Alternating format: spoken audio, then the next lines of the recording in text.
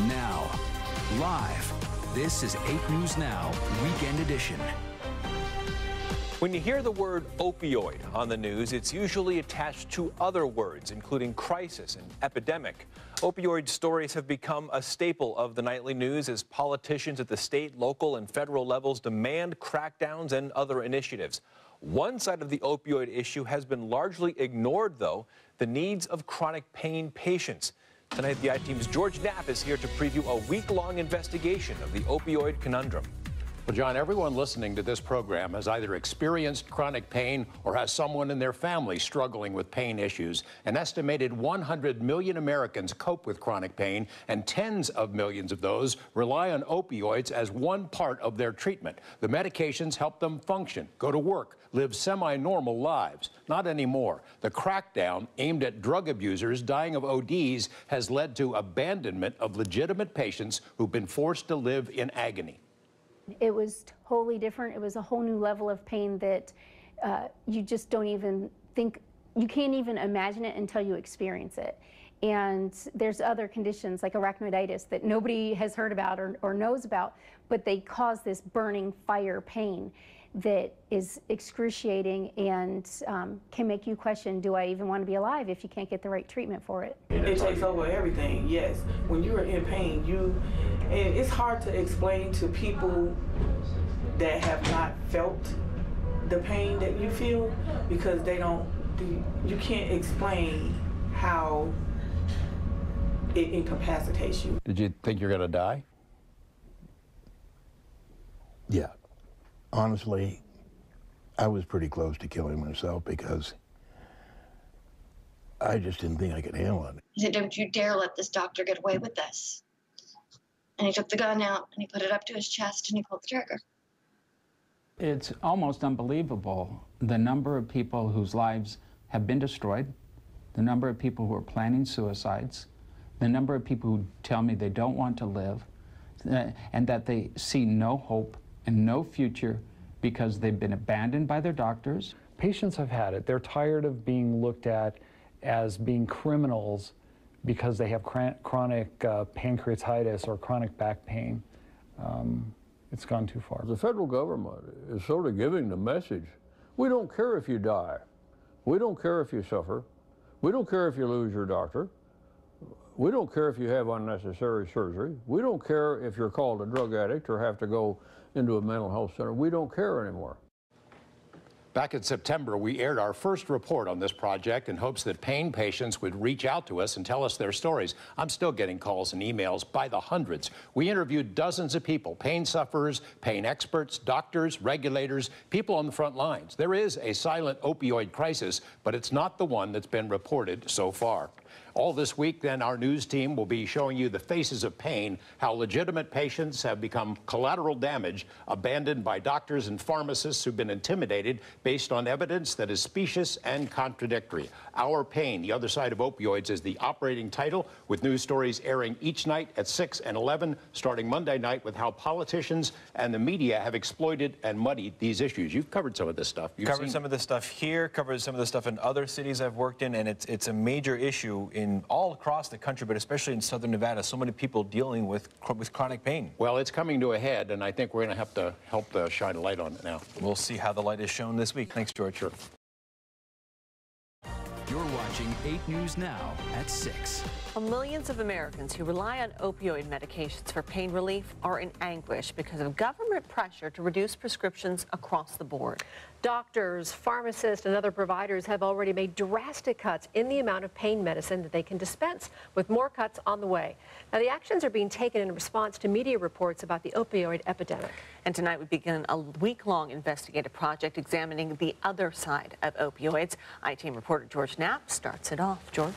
Well, can you imagine diabetics being told, sorry, no more insulin can be prescribed, or cancer patients being told that chemotherapy is no longer an option? We Americans like to say we don't want anything to come between a doctor and a patient, but for tens of millions of chronic pain patients, there's an entire gaggle of middlemen who decide whether a patient gets medicine that their doctor has prescribed.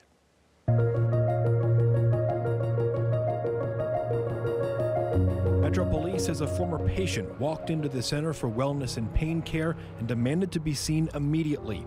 He was refused, came back with a gun, and started shooting. When Las Vegas mental health counselor Chad Broderick shot up a pain clinic before taking his own life back in June, some media reports explained it as the actions of a drug addict. Those who know Broderick say it wasn't addiction that drove him over the edge, it was pain. An estimated 100 million Americans, 1 in 3, have experienced chronic pain, that is, pain lasting longer than 3 months. Of those, as many as 30 million are now considered to be collateral damage because of a war against opioids. I've been through overtreatment, undertreatment, mistreatment, no treatment. Barbie Engel was a coach at a major university, ran her own business, was happily married. Pain took it all away. Every single aspect of your life, physically, emotionally, spiritually, financially, it wiped me out. Serious injuries put her in a wheelchair for 7 years, which caused other painful diseases, including something called RSD. It feels like someone put lighter fluid on me, caught me on fire, and it's just really difficult to put out. 43 doctors later, she was treated with a powerful pain medication and got her life back. What happened to me should never happen to anybody. She now advocates for other pain patients who have, in effect, become opioid refugees. There's 100 million Americans, and here in Nevada, there's 980,000 approximately chronic pain patients that need help, that need assistance, that need to find something that works for them. And opiates shouldn't be taken off the table because there's a media hype and there's a hysteria. Opiates have been used by humans to control pain for thousands of years. Synthetic versions, opioids, are not appropriate for all pain patients, but are a godsend for millions. We start this hour with the opioid epidemic. That word, opioid, is now a staple of nightly newscasts, and the reports typically show pictures of prescription bottles and pain pills, implying that prescription drugs are responsible for an ever-changing number of deaths, 16,000 per year, 30,000, 100,000. The parameters and definitions have proven very flexible. I did a 24-hour study using Google News, and this is in May of last year, and I put in one word, opioid, and I got 75 stories. And every story had some combination of the words epidemic, overdose, abuse, death. Dr. Michael Shatman is an internationally known pain expert who spent much of his career getting patients off opioids. He says the numbers used to generate anti-opioid hysteria are both exaggerated and distorted. In a paper he co-authored, he writes that the generally accepted base number, 16,000 opioid deaths per year, is largely the result of illicit street drugs, not prescription drugs. 80% of the opioid deaths were due to, we'll say, non-pharmaceutical fentanyl. Because it is an analog of fentanyl, which is a prescription drug, it goes down as a prescription opioid death. The states often cited as the deadliest for opioid ODs have seen huge increases in illicit fentanyl. Nationally, fentanyl deaths jumped 540% in a 3-year period. In western states, the illicit opiate of choice is heroin, which is cheap, plentiful, and far more powerful than in past years. Illicit fentanyl and heroin are the drivers of overdose today. Those are illicit opioids. Dr. Steven Ziegler is a social scientist, not a medical doctor. He has no dog in the opioid fight, but bemoans what he calls patient abandonment. That is, legitimate pain patients who are cut off from treatment because of deaths from street drugs. We're focusing on prescribers for a problem that is significantly being driven by an illicit market. So it's almost like we're arresting the wrong person. And when you arrest the wrong person, that means the real suspects are still out there in the loose causing harm. In Nevada, an opioid task force was created in response to numbers showing Nevada in the top 5 for opioid prescriptions per capita. But Nevada isn't close to the top 5 for opioid deaths. In fact, opioid overdoses in Nevada have declined every year since 2011. The only category showing an increase is deaths from heroin. A closer look at the list of opioid deaths, as reported by the county coroner, show that nearly all of them involve multiple substances, including heroin, methadone, methamphetamine, cocaine, and alcohol. And many of the dead had serious underlying medical conditions. If there's any trace of an opioid in their systems, they count as opioid ODs. A study came out just this year looking at the toxicology of people who died of supposed prescription opioid deaths. The average number of substances found in the system, including alcohol, amphetamines, cocaine, tranquilizers, generally benzodiazepines, was 6. And we're not talking about 16,000 prescription opioid deaths. We're talking more about 1,600. Millions of legitimate pain patients are now living in fear and anguish because they know that even if their doctors think the medication will help them, they simply aren't going to get it. Many have lost hope, and like Chad Broderick, who was profiled in that story, have taken their own lives. Tonight at 11, how the CDC set the opioid mess into motion. And online, we have a ton of additional resources where you can learn more about pain, including the coroner's report that lists all these local deaths that have been ascribed to opioids, all the other factors that are involved. Oh my goodness, so much information. Thank you so much, We'll be back. As many as 100 million Americans have experienced chronic pain, and about 30 million of those have relied on opioid medications to ease their pain. The number of opioid prescriptions has been dropping for the last few years, even as the number of opioid deaths keeps going up. One of the main reasons pain prescriptions are dropping is because of guidelines promoted by the Centers for Disease Control. Critics say the CDC created those guidelines behind closed doors, and that these so-called voluntary standards should never have been adopted as law. The I-Team's George Knapp has more in part 2 of our series, The Other Side of Options. The terrible events of October 1st not only saw the murder of 58 innocent people, but potentially created more than 500 pain patients, many of whom will need opioids for months or longer to ease their suffering.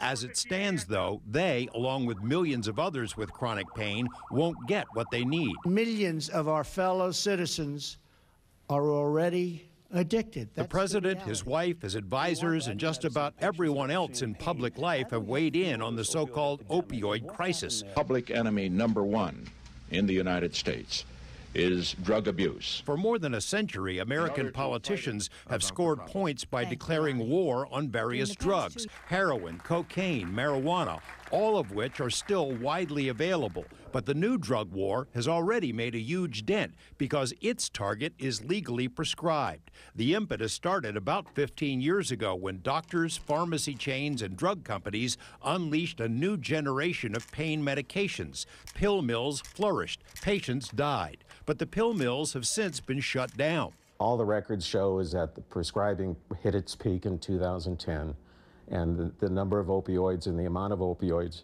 being prescribed has been in decline ever since then. Pat Anson of the Pain News Network says opioid deaths are up because of illicit drugs like heroin and fentanyl. He thinks the crackdown on legal pain meds is misguided, which is why he suspects the CDC created the policy in secrecy. They knew right away, and they did it illegally, too. They did it without holding public hearings like they were supposed to. In March 2016, the CDC issued what it called voluntary guidelines, suggestions for general practitioners about how to rein in opioid prescriptions, including a proposed cap on daily dosages called a morphine equivalent standard. The notion of morphine equivalent daily dosing is just absurd. Pain expert Dr. Michael Shatman says there is no science whatsoever behind a morphine equivalent standard, and that it is preposterous to declare that when it comes to pain medication, one size fits all. In a scathing paper recently published, Shatman and his co-author pummeled CDC for creating guidelines in total secrecy. The identities of the expert committee were not revealed, even when 6 members of Congress wrote to ask what was going on. When the names finally leaked, they were widely regarded as anti-opioid crusaders. CDC used exaggerated data to justify its guidelines, Shatman said, and his paper noted CDC had never even mentioned chronic pain on its website prior to issuing the guidelines. Worst of all, the guidelines were adopted as law by states all over the U.S. Unfortunately, insurance companies, state regulators, health insurance quality organizations have all decided to ignore the specific content of the CDC guideline and to kind of weaponize it. So they've taken some dose thresholds and said, look, We're going to force the dose down, whether the patient likes it or not, whether the doctor likes it or not. 13 different medical organizations, including the American Cancer Society, complained about the lack of transparency in the CDC process and the likelihood that patients in extreme pain would be denied treatment. CDC responded by hiring a PR firm to promote the guidelines further. Pain doctor Forrest Tennant thinks this sends a loud message. The federal government is sort of giving the message, we don't care if you die. We don't care if you suffer. We don't care if you lose your doctor. We don't care if you have unnecessary surgery. We don't care if you're called a drug addict or have to go into a mental health center. We don't care anymore. George Knapp, 8 News Now. A document obtained through the Freedom of Information Act shows the PR company hired by the CDC advised its client that the voluntary standards were causing chaos for pain patients across the country. CDC has given no indication that it plans to change those standards. Pain patients are bracing for another cut in medication supplies in the coming year. Now, tomorrow at 6 and 11, how pain patients and their doctors are living in fear. We have further resources on our website. You're watching 8 News Now at 6. Well, millions of patients in chronic pain are required to sign contracts with their doctors which authorize random drug tests so the physicians can verify the patients are taking the medications as prescribed. But that's not the only reason. It's also to check to see if patients are abusing other drugs so doctors can, weed out any addicts seeking pain meds. But now, because of pressure from the CDC, the DEA, and other government agencies, pain patients who follow doctors' orders have seen their medications slashed or eliminated. And tonight in part 3 of our series, The Other Side of Opioids, the ITM's George Knapp reports on how those cuts have affected patients' lives. Since we first announced this project back in September, we've been flooded with emails, phone calls, and Facebook posts from pain patients telling their stories. The stories are gut-wrenching, heartbreaking. Many of them feel abandoned by their doctors, are no longer able to work, can't care for their families. Worst of all, they worry about the next round of cuts in their medications. Tonight, the patients tell their stories, starting with a man whose family name is well known in Nevada.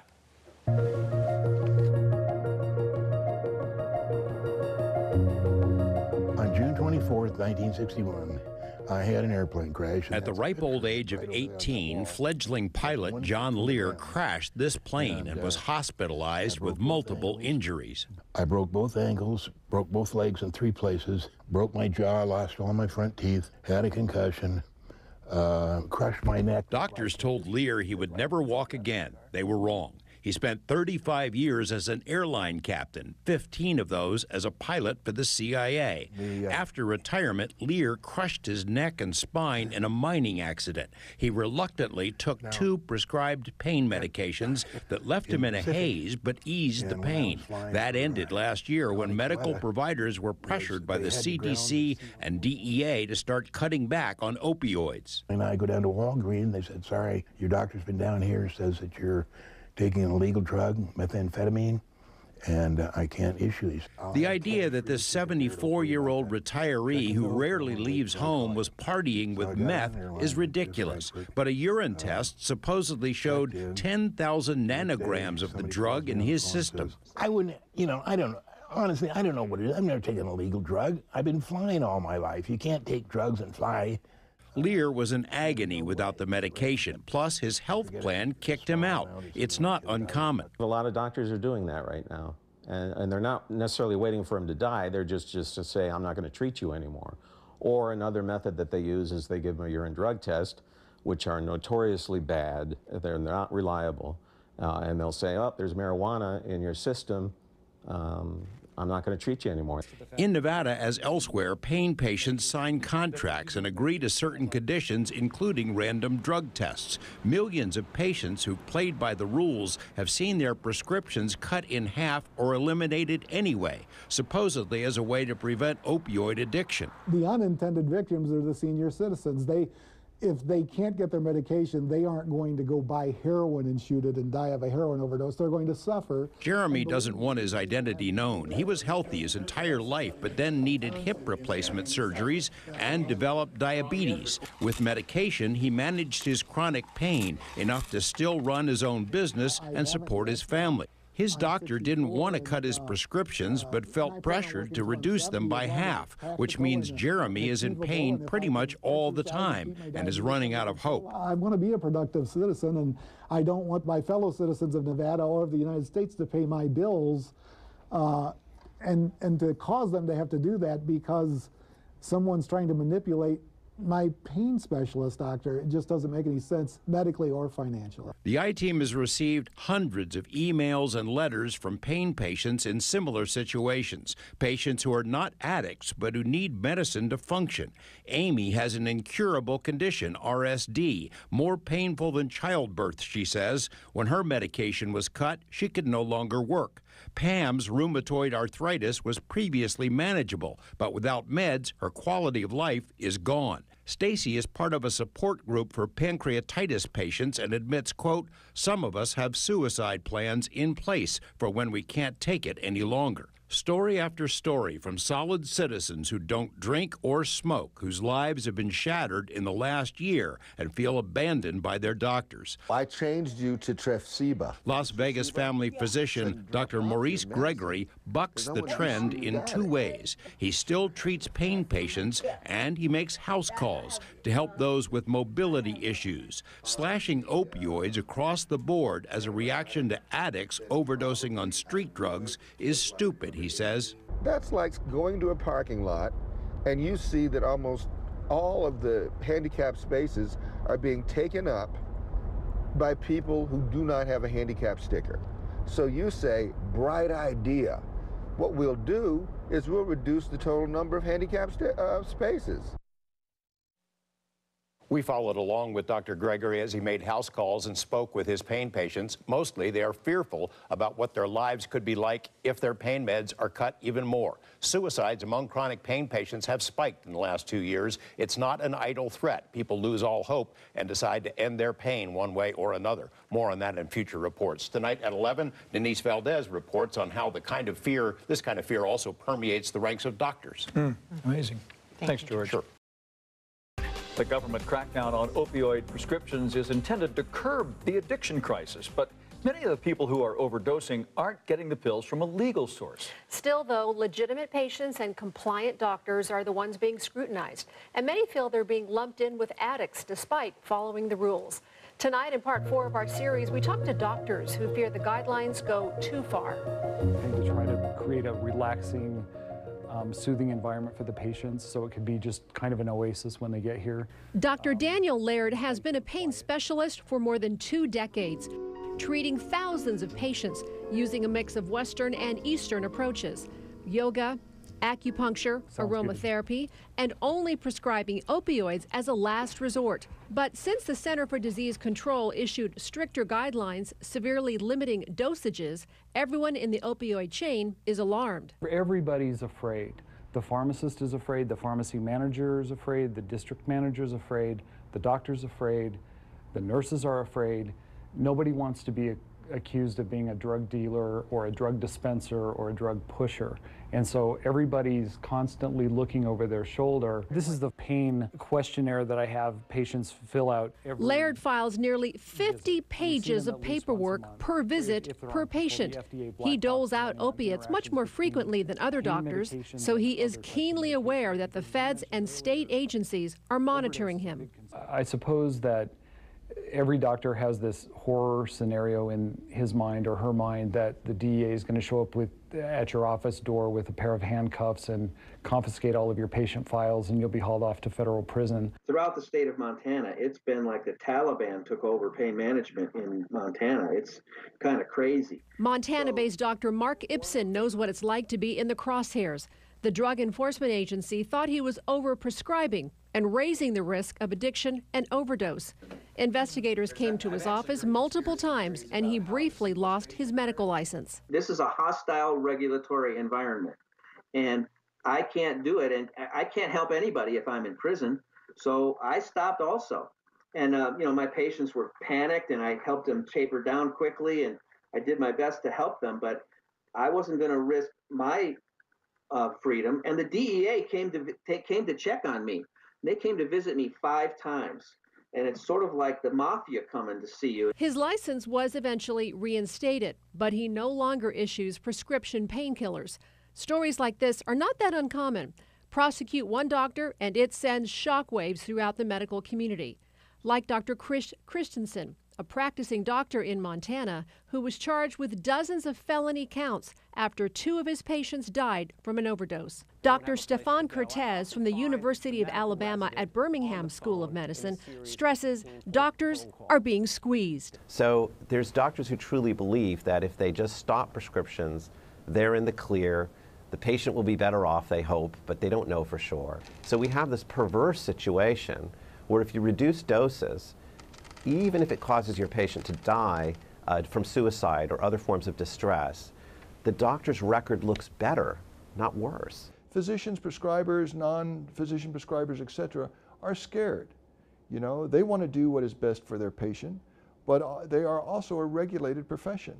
And in this current opioid or anti-opioid climate, at least as it relates to certainly prescription drugs, is that they do not want to knock on their door from the Drug Enforcement Administration. And so what we find is that a lot of physicians are opting out of pain management because it's just too much trouble. They're not getting supported, and they're becoming demonized, and much like pain patients are becoming demonized. Meredith Lawrence and her husband Jay found out firsthand what happens when doctors put their own needs ahead of their patients. Jay Lawrence would have been bedridden without his pain medication. When the opioid crackdown came, the doctor dropped a bombshell of bad news. And he looked me dead in the face, and I'll never forget it. It was the last thing he said to me. He said, "My patient's quality of life is not worth risking my medical practice or my license." And he walked out of the room like it was nothing. A few days after he was taken off opioids, Jay Lawrence shot himself. Cutting a patient off cold turkey can be dangerous and even deadly. So the challenge is to strike a balance between the needs of a patient dealing with chronic pain while also reducing the risk of opioid-related overdose and deaths. That's why Dr. Laird requires his patients to sign a written agreement. Part of the reason is that it lists everything that could go wrong with their opioid therapy. And it's a reminder to them, keep these medications locked up. Don't let little kids get near them. Don't let your pets eat the Percocet that falls on the floor. And the reason I do it is number one, to document that I'm doing what I'm supposed to be, but number two, to remind the patients that these are dangerous drugs. They really are, but they do have their place. Now, we do have a special page on our website dedicated to the opioid crisis. It is in the links we mentioned section. And tomorrow night, we're going to show you how pharmacies are accused of profiling customers before even dispensing their pain relief. And you can join the conversation by using the hashtag #OurPain. You're watching 8 News Now at 6. All week long, we're taking a look at the opioid crisis here in Nevada and the unintended consequences of the crackdown on these pain medications. Our investigation continues tonight as we look into how filling prescriptions has really changed in recent years and who's being left behind. Patrick Walker is here to explain how pharmacies and the state fit into this giant puzzle. Yeah, I think puzzle is really a good way to put this all, and that's because there are a lot of pieces that make up this big picture of tackling the opioid epidemic. Patients deal with the state, they have doctors, and then there are the pharmacies. Pharmacies are trying to get their hands way off of opioids, but as a result, they have a hot and cold relationship with everyone else. And it's the legitimate pain patients who have to deal with the fallout.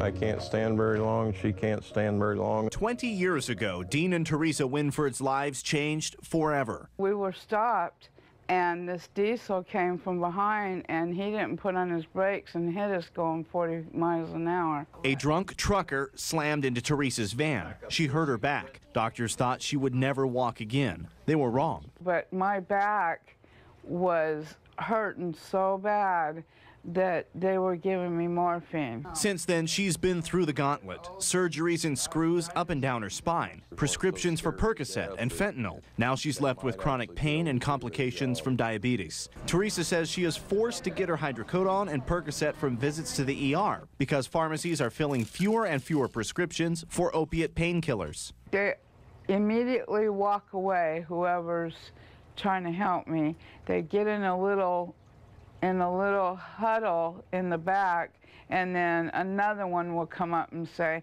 we don't have that. So why is this happening?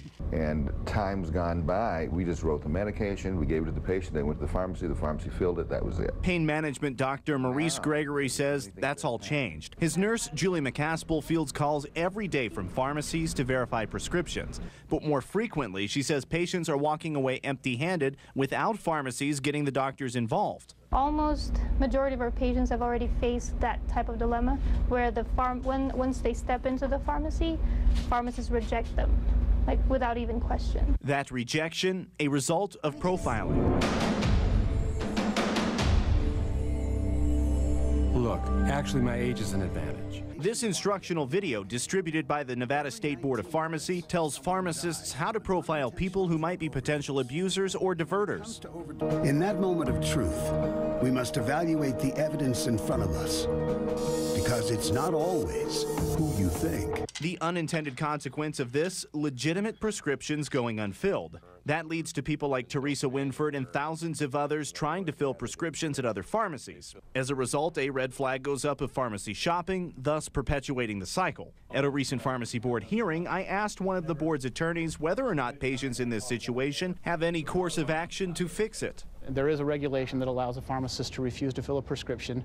Before they refuse to fill, the pharmacist is required to contact the prescriber, discuss their concerns. General Counsel Paul Edwards acknowledges that this doesn't always happen and that the pharmacy board doesn't really get involved in these cases. But there's another concern pain management physicians like Dr. Gregory have, that pharmacies blacklist doctors they feel are too liberally prescribing opiate pain pills. Nurse Julie McCaskill says she learned from a patient that they were once blacklisted by a CVS pharmacy. Bought his prescription, saw the name of the doctor, gave the prescription back. He said, I'm not filling any medication for that doctor. I also asked the pharmacy board's attorney about that. Doing that, is there a way to blacklist, a formal, informal, or something like that? There's no formal way to blacklist. There's nothing in our regulations that allows for blacklisting, but I think it does occur. Again, board representatives say they discourage the practice, but they also say there's not much they can do about it. The Winfords say somebody needs to sort it out because they are the ones suffering, along with countless other people just like them. And all they see is a drug dealer. They don't know her medical history. They can see she's walking in medical shoes and can hardly walk. They see her wristband that she just got out of the hospital. She has papers with her from the hospital, and they don't want to fill it. Well, the pharmacy board says you're always welcome to lodge your concerns with them. They tell me they want to know what's going on and then determine whether or not they can actually intervene. Now, there is still more to the pharmacy angle in all of this. Coming up tonight at 11 o'clock, guys, the I-Team's Vanessa Murphy is following a pain patient who is trying to fill a prescription, really all of the hurdles that they have to go through as they try to really fill what's a legitimate prescription and simply can't. Okay. Thank you, Patrick. All right. Tonight, our series on opioids and the side of the crisis you don't normally hear about continues. Patients dealing with chronic pain face a lot of hurdles to get the medicine they need, and one of those hurdles is at the pharmacy. The I-Team's Vanessa Murphy continues our series. Pain patients want their medicine and the pharmacies want to stay out of trouble. Patients tell us they've been treated more like drug addicts rather than customers who need to manage their pain. To be honest, I was a little offended. We are not identifying this Las Vegas woman because, well, she doesn't want to jeopardize her chances of getting her pain medicine in the future, since she's helping to expose a problem many patients across the country face. Do you feel like they're treating you like a drug addict? Yes. Yeah, because they all give you that look like, here we go. Another drug addict looking to get their pills. She says a work injury led to 6 surgeries, providing little improvement and chronic pain.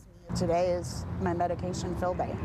She tells us she fills a prescription for her pain meds once a month, which can be a challenge. This morning I will take gabapentin, my heart medication, tizanidine, and my morphine. Through my shirt? Yeah. The I-Team put a hidden microphone on her. Does that work? And witnessed her going to not 1. They tell me that they can't fill my medications today. Not 2. So you're used to getting rejected? Yes. But 3 visits to find a pharmacy that would fill her prescription. I'm offended because I wouldn't be going in and getting my medication if I didn't need it. Offended by interactions in pharmacies like these. Will those be able to be filled here? We would have to call your doctor and to verify them first, because it is a high. We're not familiar with giving them these are high doses of medications. So okay. I can't guarantee you, so we'd have to talk to your doctor, see why they're being prescribed. This is one of the more strict locations. Pharmacies in general are more strict. The I-Team's investigation has uncovered some pharmacies are putting caps on the number of pain prescriptions they will fill and turn legitimate pain patients away more and more as a result of the proclaimed opioid crisis. Our culture has evolved to a point that you have to, you basically have to be anti-opioid, which means a lot of people are suffering. The mega chain CVS announced a new plan to start in February of 2018, which would limit the supply of opioids for patients by giving them medication for 7 days only. The CDC refers to pharmacists as the first line of defense. And the I-Team has learned there's a blacklist in some pharmacies naming doctors suspected of writing prescriptions for too many opioids. I went personally to the pharmacy and dropped off your medicine. The I-Team rode along with Dr. Maurice Gregory as he visited pain patients. What I will do is I will get their email of the particular pharmacist, that if I can, or the pharmacy or whomever, and I will send them educative materials and let them know about dosing, the guidelines, the real numbers. I will let them know anything and everything I can. I will give them what I'm looking at.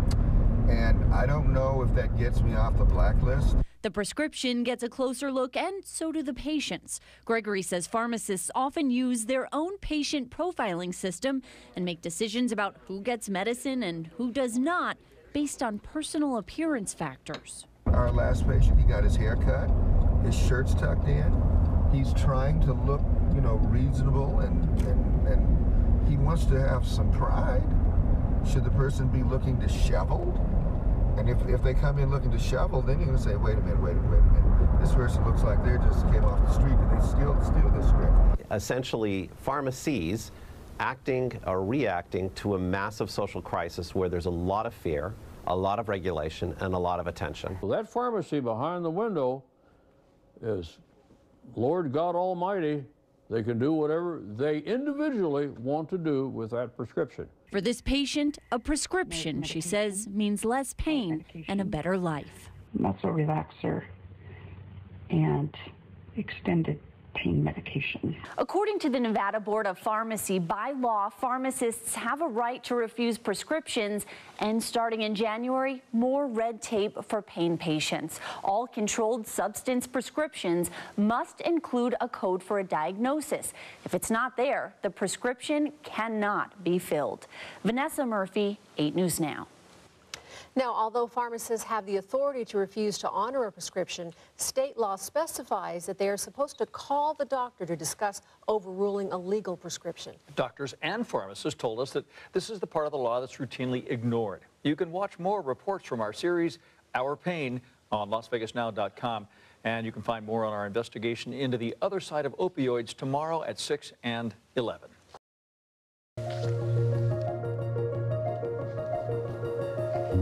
Well, our series about the other side of the proclaimed opioid crisis continues tonight. The I-Team is uncovering how legitimate pain patients are struggling as a result of the nationwide crackdown. Tonight, the I-Team's Vanessa Murphy has a closer look at police work on the issue and which drugs are actually the main threats. Yeah, and police have been tasked with fighting this proclaimed opioid crisis. And here in southern Nevada, police do find pain pills on the streets, but there's another drug which has really taken southern Nevada by force, and an entirely different one they're bracing for. I was bent over. I mean, I was doubled over. Patients like Don Reitmeyer say it's a struggle to get their pain medicine. They wound up putting me in the intensive care unit. I made the mistake of saying that I'd put my car into something if they didn't help my pain. And some doctors say they don't want to get in trouble. There's an environment of fear. They point to new regulations being enforced, creating more hurdles to prescribe and fill prescriptions for pain medicine as a result of the proclaimed opioid crisis. The battle against opioid abuse has become one of the top priorities of the Department of Justice. It was a topic at this law enforcement conference in Las Vegas in October. We have successfully prosecuted 7 doctors for illegal opioid distribution. We keep hearing about the opioid crisis. Is it kind of backfiring, though, on legitimate patients and legitimate doctors? It can.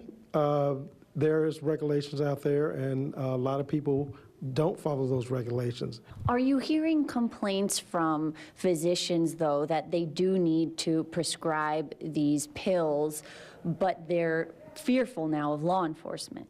I hadn't personally heard that, but in the United States, we are over-prescribing, in my opinion. Turns out, according to this drug trafficking threat assessment obtained by the I-Team, Nevada is known by police to be among the top prescribers for oxy and hydrocodone, and Clark County is a source to send those drugs out of state. Almost overnight, here it is. Fentanyl, a heavy-duty pain medication. Fentanyl deaths are up more than 540% in the last 3 years. The report points to overdose deaths from fentanyl mixed with other drugs, mainly heroin. But this drug enforcement agency report also points out the fentanyl that's killing people isn't the kind you get from the pharmacy. The fentanyl helps enhance the euphoria of the heroin. It's also cheaper than heroin, and police say it's being imported in large quantities, mainly from China and Mexico. In 2016 alone, investigators report 5 separate seizures of fentanyl in Nevada. And it's cheaper to buy the fentanyl than it is the heroin. Metro Detective Brian Grammis says police have discovered people buying pill presses off the internet and fooling their consumers. Xanax, Oxycontin, Loratab, it has all the markings, looks identical to the actual pill, and in turn, it's actual fentanyl. A Maryland sheriff's office posted this photo showing how little fentanyl is needed to kill someone. Fentanyl is probably the most dangerous drug we've had on our streets ever in the history of America. Overdoses have been reported simply from touching or inhaling the drug. While police work on how to equip themselves on handling fentanyl, they have another threat to deal with in Nevada, which isn't even an opioid: meth, which is a stimulant. Back 7-8 years ago, we were buying meth, an ounce of meth for around $1,000. Well, now we're buying it for $300. 2 recovering addicts tell the I-Team it's not pain pills they kept finding. It's everywhere. Everywhere. I've never had a problem getting it, ever. We basically say that our streets are flooded with meth. They really are. So how come opioids are getting so much attention then? I think opioids are getting a lot of attention because these are prescription drugs that we use throughout our country that are for legitimate purposes, where meth is not legitimate, and people like you and I are affected by this. Are you concerned that fentanyl will replace meth? Is that what it is? Yes, absolutely. I think it's going to replace meth, and it's very, very dangerous. Some doctors and pain patients like Reitmeyer tell the I-Team instead of using the umbrella term opioid crisis, we need to figure out another way to fight drug abuse, to stop people like him from falling through the cracks. They need to distinguish, when they're going with opiate death, they need to distinguish, is that opiate a pill? Or was that heroin, or was it fentanyl? The Metro Police Department has equipped some officers with Narcan, a spray to block the effect of an opiate and stop an overdose. And that's in case they come in contact with someone who is overdosing, or if they accidentally touch it. It's to protect them. It's very scary. Just that little amount. Teeny tiny. Incredible. Vanessa, thanks. Tens of millions of Americans depend on opioid medications to ease their chronic pain. Pain doctors say they'd like to wean their patients off of opioids when feasible, but many of the alternative treatments are not covered by public or private insurance programs. Tonight in our continuing series, The Other Side of Opioids, we explore the role of money in the evolution of this issue. He said, we'll need a urine sample. When retired pilot John Lear's erroneous drug screening came back dirty, he was cut off from his pain medications and was booted out of his medical plan. Lear was in agony for months. Did you think you're going to die? Yeah. Honestly, I was pretty close to killing myself because I just didn't think I could handle it. You know, I had a gun right here ready to go, my .45. Lear suspects the medical provider wanted him gone because his long-term injuries were expensive to treat. I run up a fantastic medical bill. It's probably, you know, in the $250,000 of medical fees. And they probably have said, we got to get rid of John Lear. I don't care how we do it.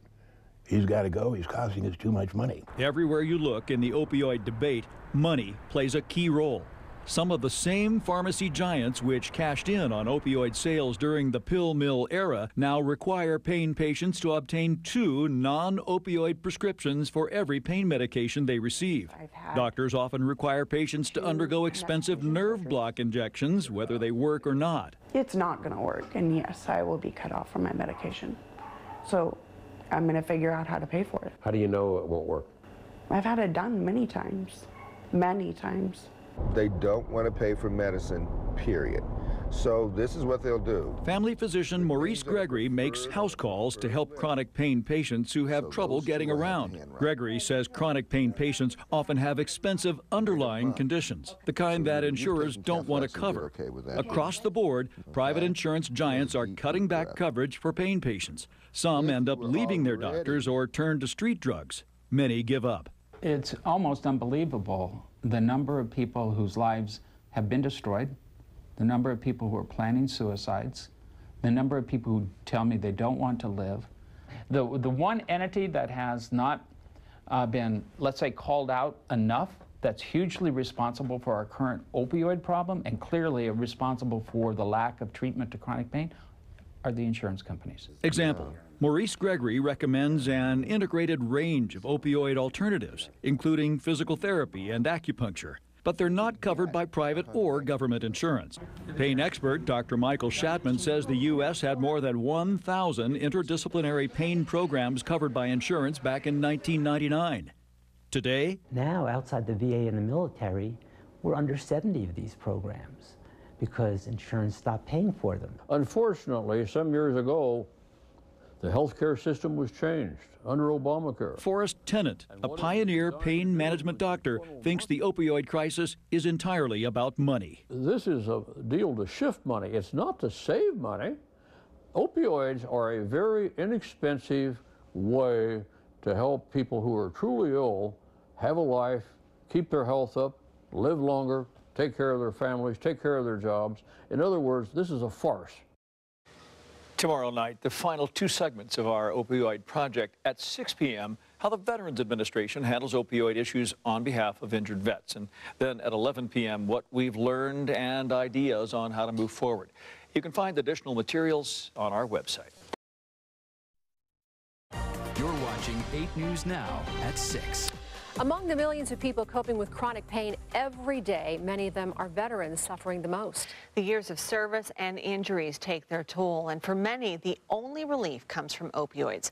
But navigating the VA system is far from easy, and fewer prescriptions are being written. So tonight, John Langler continues our look at our pain, what the impact it's having on veterans. And there are so many veterans here in Southern Nevada. This isn't necessarily, though, a problem with Veterans Affairs. In reality, they're only following the rules handed down from the federal government. But the lack of prescription opioids is leaving legions of vets in chronic pain years after they served their country.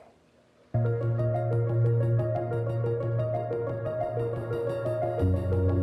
am one of the problem patients. When Bosco Kadick sat down with us, you could tell it was painful.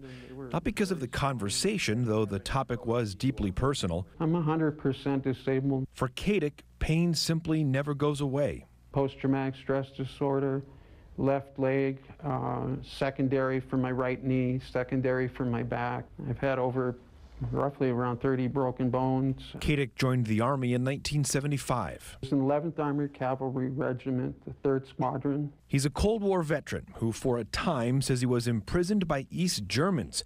It's an experience that opens up the physical and mental pain he still holds. I always called our unit a suicidal delay force because we were expected to be overrun. His time in the military is like a menu of injuries at the most insufferable restaurant.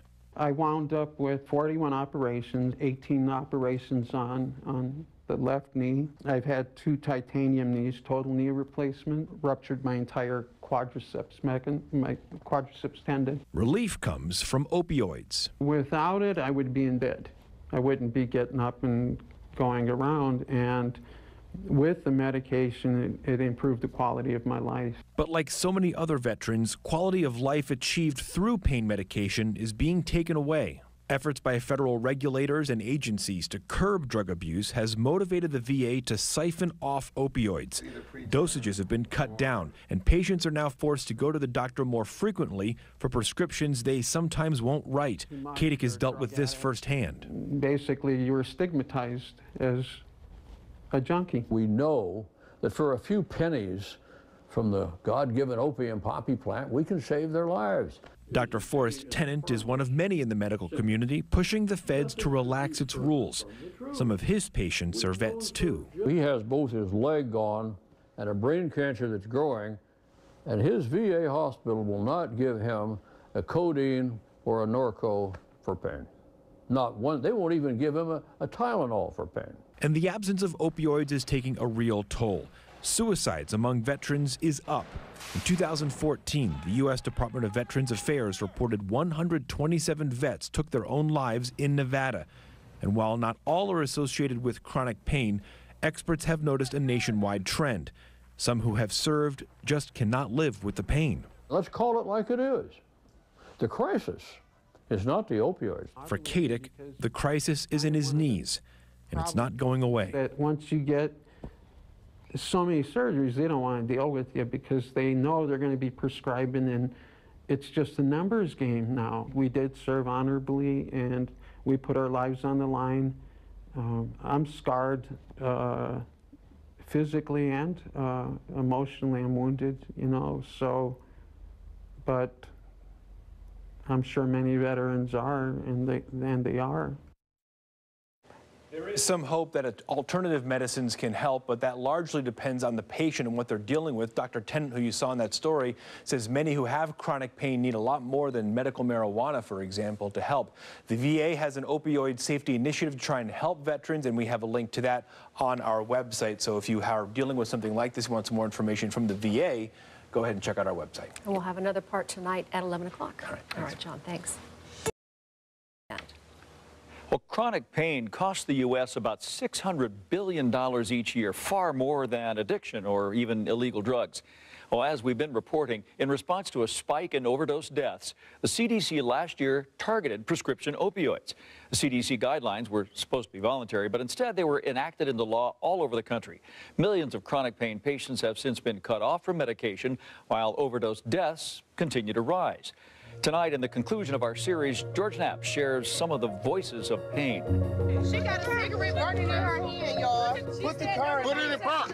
5 years ago, few of us knew how to spell opioid. Now, these viral images are the faces of an epidemic, wasted junkies obliterated by dope. What did you take?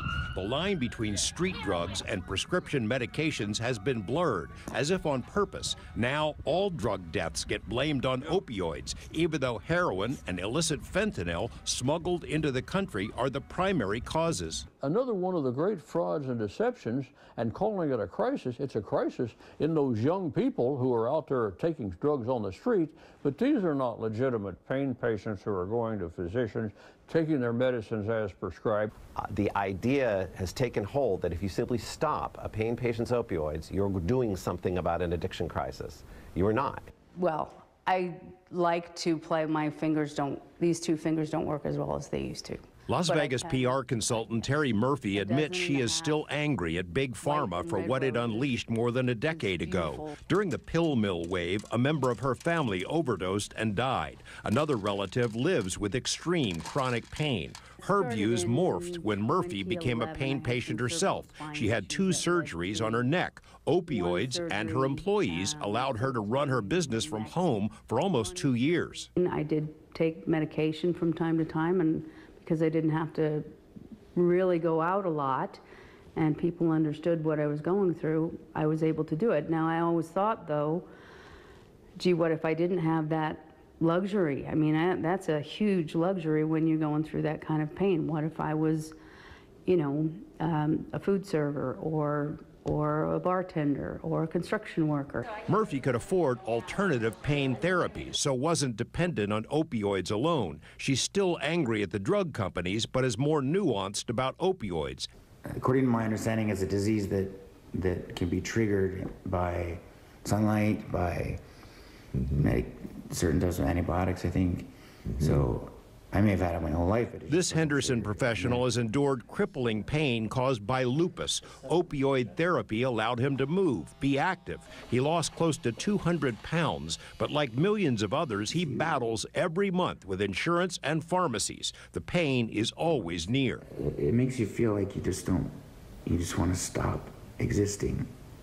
And I would never say that, you know, about my family or my kids, that I don't want to be there for them. But when you're in that much pain and that you just don't see a way out,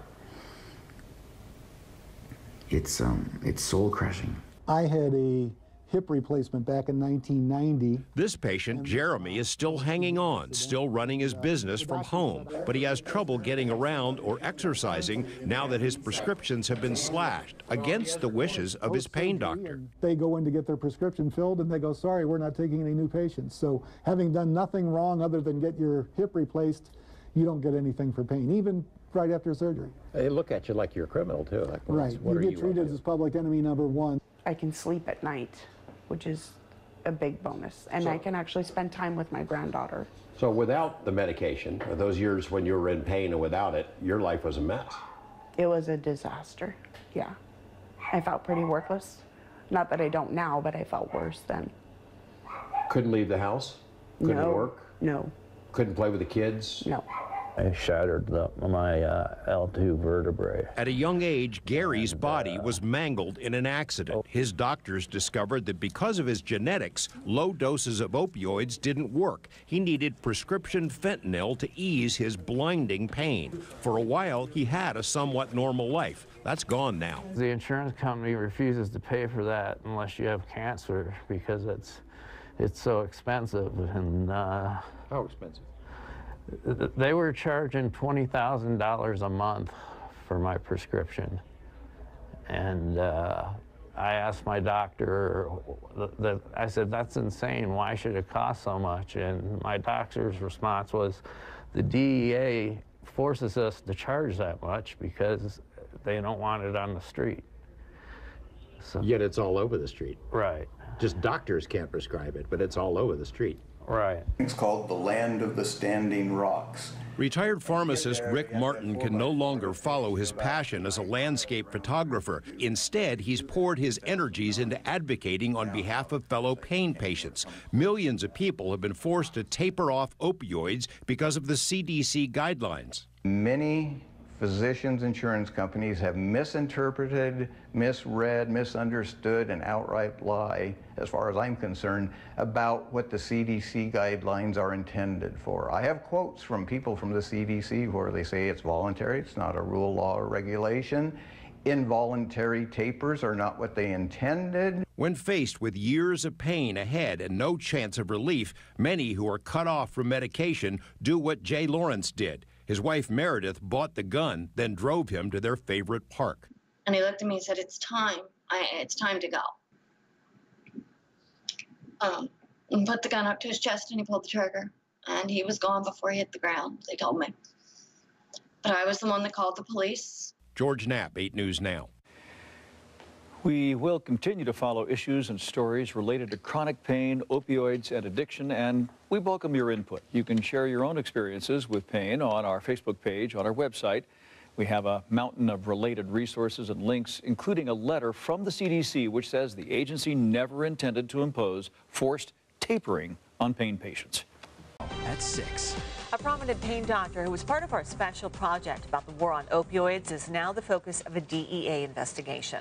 Dr. Forrest Tennant is a nationally known pain expert who has really been outspoken in the criticism of the opioid crackdown, but now he finds himself Crosshairs. The I-Team's George Knapp is here with his update tonight. You know, anyone who saw our opioid project and about chronic pain patients will remember Dr. Tennant. He defends the use of high doses of opioids for some patients with intractable pain because for them it works. When the DEA searched his home and office last week, other pain doctors and patients saw it as a warning shot in a war that has left millions of people in a twilight zone of agony.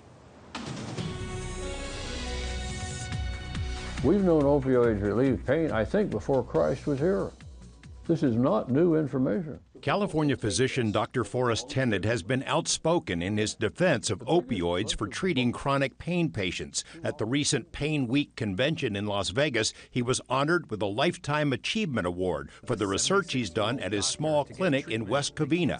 Back in July, Tennant's work was profiled by Reason TV. My job is to relieve pain and suffering. Last week, DEA agents entered the clinic to seize patient files and financial records. A search warrant outlines DEA's suspicions. Because he prescribes high doses of opioids to his patients, DEA thinks Tennant could be running a drug operation in which his patients sell their medication, then kick back money to the doctor. I find these things to be totally so far out of line, it's hard to respond almost. Tennant says it's no secret he prescribes high doses of opioids. His clinic is open only 1 week per month and treats a mere 150 patients total, all of them special cases in severe pain, referred by other doctors who could no longer help them. Since 2016, when the CDC issued supposedly voluntary guidelines for doctors, a nationwide crackdown on opioid prescriptions has left millions of chronic pain patients in an agonizing limbo.